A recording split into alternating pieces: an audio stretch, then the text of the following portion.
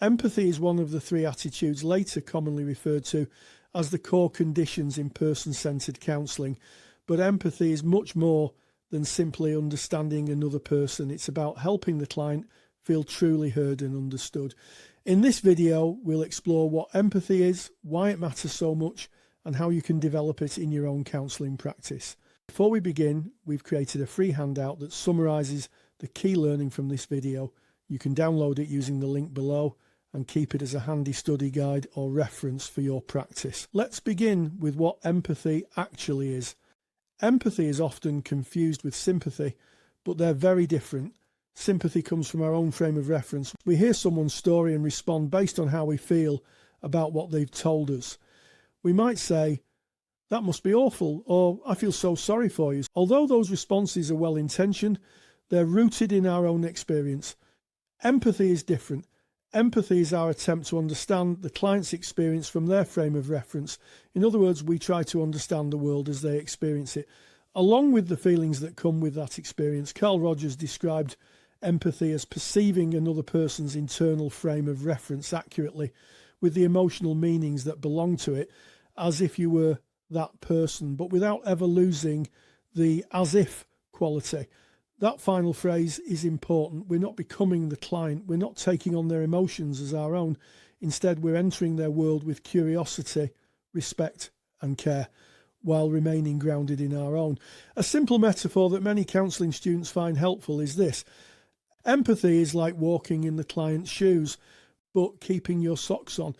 It's a memorable way of reminding ourselves that we enter the client's world without losing ourselves in it. You can imagine stepping into another room. You spend time there carefully. You notice what's around you. You experience it as respectfully as you can. But when the session ends, you need to be able to find the door back to your own room. If we struggle to do that, it's something important to reflect on in supervision. So why is empathy so important? In 1957, Carl Rogers described 6 necessary and sufficient conditions for therapeutic personality change. Empathy is one of those 6 conditions. Today, empathy, congruence and unconditional positive regard are commonly referred to as the core conditions, although Rogers himself didn't use that term. For Rogers, empathy wasn't simply something happening inside the counsellor. The client also needs to experience that they have been understood. You might think about watching an emotional film. You may laugh with a character, you may cry with them, you may feel deeply connected to their story. That's an empathic response, but the character never knows you've understood them. The empathy remains entirely within your own experience. Counselling is different. The empathic circle is only complete when we communicate our understanding in such a way that the client feels heard and understood. When that happens, clients often say things like, "Yes, that's exactly it," or "You understand." Carl Rogers captured this beautifully when he wrote, "When a person realises he has been deeply heard, his eyes moisten. I think in some real sense, he is weeping for joy. It is as though he was saying, 'Thank God somebody heard me. Someone knows what it's like to be me.'" Those words remind us that feeling deeply understood can be profoundly therapeutic. If you're enjoying the video so far, don't forget to download the free handout linked below. It summarises these key concepts and makes a useful companion to your counselling studies. So how do we communicate empathy? One of the most important things to understand is that empathy isn't really a counselling skill in itself. Within the person-centred tradition, it's better thought of as a way of being. The counselling skills we learn, attending, silence, reflection, paraphrasing, and our non-verbal communication, only become genuinely therapeutic when they're grounded in empathy. Everything begins with attending. The client needs to experience that our attention is fully with them. That means listening carefully, being present, showing through our posture, facial expression and body language that we're engaged with what they're bringing. Sometimes the most empathic response is silence. Silence gives clients space to think, space to feel, and space to discover their own meaning without interruption. From there, reflection and paraphrasing help us communicate our understanding. Reflection focuses primarily on the client's emotional experience. Paraphrasing helps us condense and reflect back the meaning of what they've shared.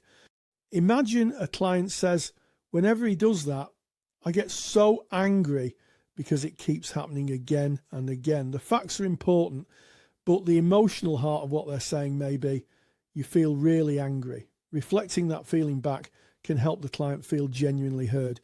Often you'll hear the response, yes, that's exactly it. Those moments tell us we're getting close to the client's frame of reference. Of course, we won't always get it exactly right. Sometimes the client will respond, no, it's not quite like that.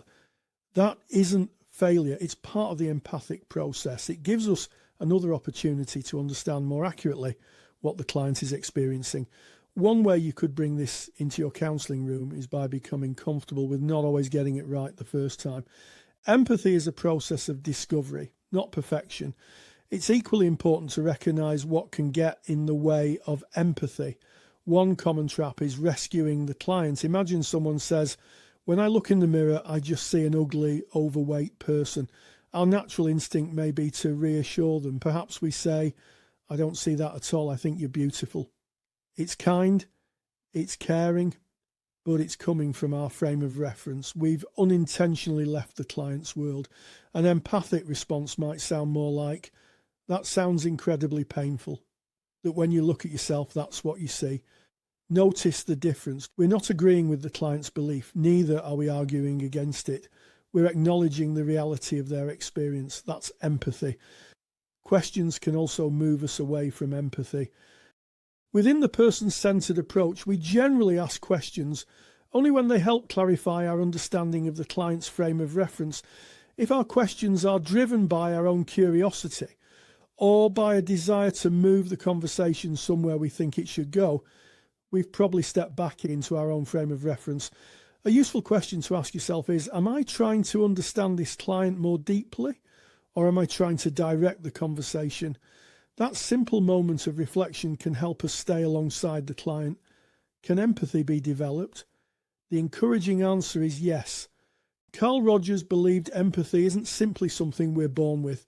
It can be learned, it can be strengthened, and it develops most readily in an empathic environment. One of the most valuable ways of developing empathy is through personal development. The more aware we become of our own beliefs, values, and assumptions, the easier it becomes to recognise when they're influencing our understanding of the client. Developing empathy also means expanding our emotional vocabulary.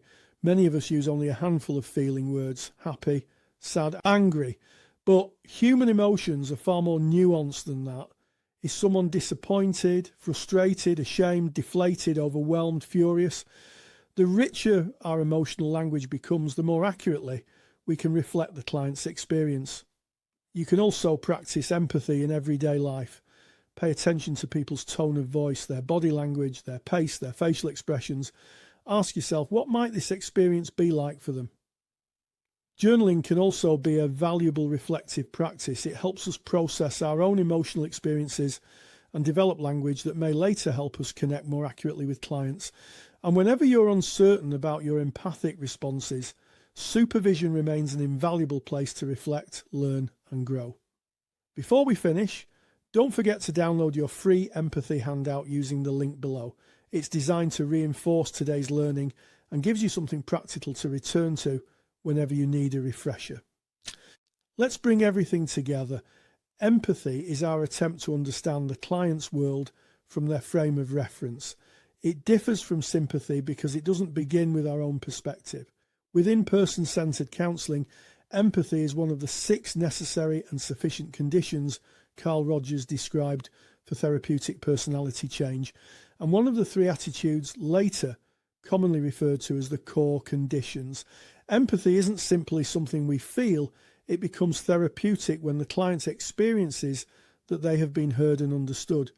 Attending, silence, reflection, and paraphrasing all become meaningful when they're rooted in genuine empathic understanding.